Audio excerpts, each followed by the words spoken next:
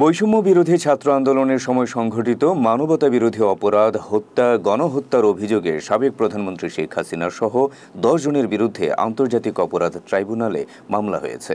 এছাড়া হত্যা, অপহরণ সহ আরও ৩টি মামলা দায়ের করা হয়েছে শেখ হাসিনার বিরুদ্ধে।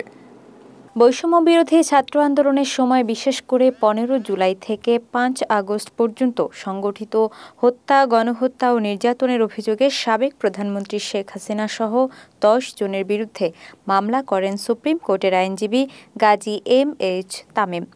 বুধবার তদন্ত সংস্থার প্রধান কোঅর্ডিনেটর বরাবর এই অভিযোগ জমা দেন তিনি। ২০১৫ সালের ফেব্রুয়ারি মাসের ১০ তারিখে গুম হয়েছিলেন সুপ্রিম কোর্টের আইনজীবী সোহেল রানা। তারপর গোপন স্থানে নিয়ে গিয়ে দিনের পর দিন চালানো হয় নির্মম নির্যাতন। বুধবার সাবেক প্রধানমন্ত্রী শেখ হাসিনা, সাবেক স্বরাষ্ট্রমন্ত্রী আসাদুজ্জামান খান সহ ৫ জনের নাম উল্লেখ করে এবং অজ্ঞাত আরও ২০ জনের নামে মামলা করেন ভুক্তভোগী আইনজীবী। এদিকে পুলিশের গুলিতে রাজধানীর মোহাম্মদপুর এলাকার মুদি দোকানি আবু সায়েদ নিহত হওয়ার ঘটনায় মঙ্গলবার সাবেক প্রধানমন্ত্রী শেখ হাসিনা সহ ৭ জনের বিরুদ্ধে মামলা দায়ের করা হয়েছে।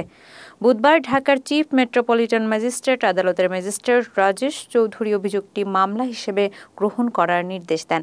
এছাড়া রাজধানীর কাফরুল থানাধীন ঢাকা মডেল ডিগ্রি কলেজের দ্বাদশ শ্রেণীর শিক্ষার্থী ফয়জুল ইসলাম রাজনকে গুলি করার হত্যার অভিযোগে শেখ হাসিনা সহ ২৪ জনের বিরুদ্ধে মামলা দায়ের করা হয়েছে। বুধবার ঢাকার মেট্রোপলিটন ম্যাজিস্ট্রেট আহমেদ হুমায়ুন কবিরের আদালতে মামলাটি করেন নিহত রাজনের ভাই রাজীব। আদালত বাদীর জবানবন্দি গ্রহণ করে কাফরুল থানাকে এজাহার হিসেবে গ্রহণের নির্দেশ দেন।